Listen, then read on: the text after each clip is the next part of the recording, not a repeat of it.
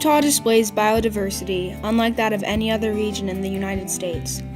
The topographic diversity, along with the different geographical factors, allow for many different species to survive and thrive in the region. From forested mountains to dry deserts, a myriad of species are found, ranging from the tiny Kanab amber snail to the large grizzly bear.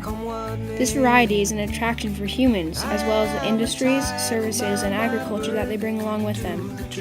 This allows for many different interactions between species and their physical environments. With this development, the environment is constantly undergoing change. This is good for development in the human population, but makes surviving difficult for the animals and plants living there, many of which have taken millions of years to adapt to this specific environment. The changing environment began in the 1850s when humans began settling in Utah. The drive to survive and prosper caused them to ignore the need to protect the unique environment that surrounded them. Humans are very mobile and capable of modifying their immediate surroundings to cope with harsh or changing environmental conditions. Plant and animal species, however, are more sensitive to environmental changes. The changing of the environment and the widespread diffusion of humans throughout the region has forced many organisms out of their original niches. This has resulted in the deaths and displacements of an enormous amount of vital species that are now in need of our protection.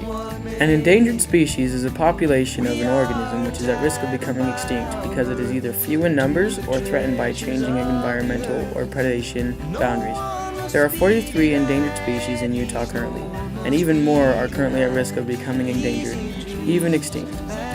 Each of these species contributes to the Utah biodiversity in its own special way.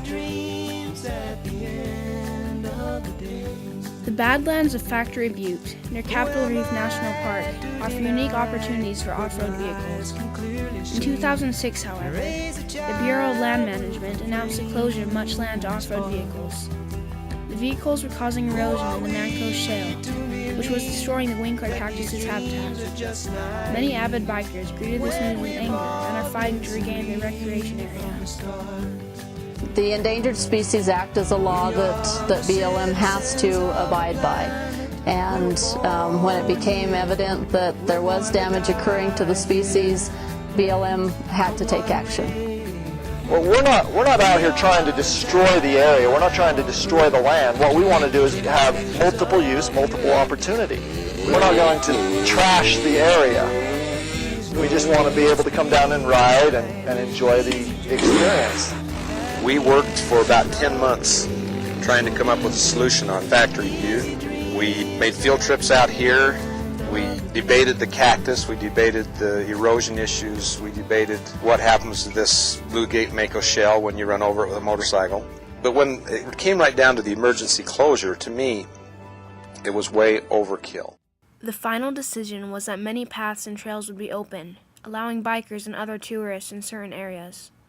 Only the open 2,600-acre area would be closed. If the Winkler cactus has revived, this area may open up again. What will happen if these endangered species go extinct? Although species extinction is natural, we should be concerned if we are having a part in the increasing rate of extinction. Humans and wildlife inhabit the same natural environment. As such, our very survival depends on maintaining a balance of interactions between plants, animals, and environments. Anything we do to throw off that balance can result in a negative effect on the wildlife population, which may, in turn, impact the ability of our environment to sustain human life. We all have a part in protecting our environment. If we do not do our part, then we will not be able to continue to exist. The survival of our species depends on our education of the dangers to these species and our capability to make the changes necessary to help these species repopulate.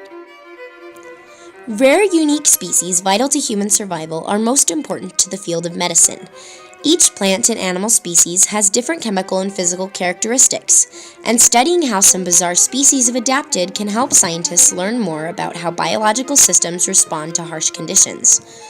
Recently, scientists in Australia identified a natural sunscreen in a certain species of coral.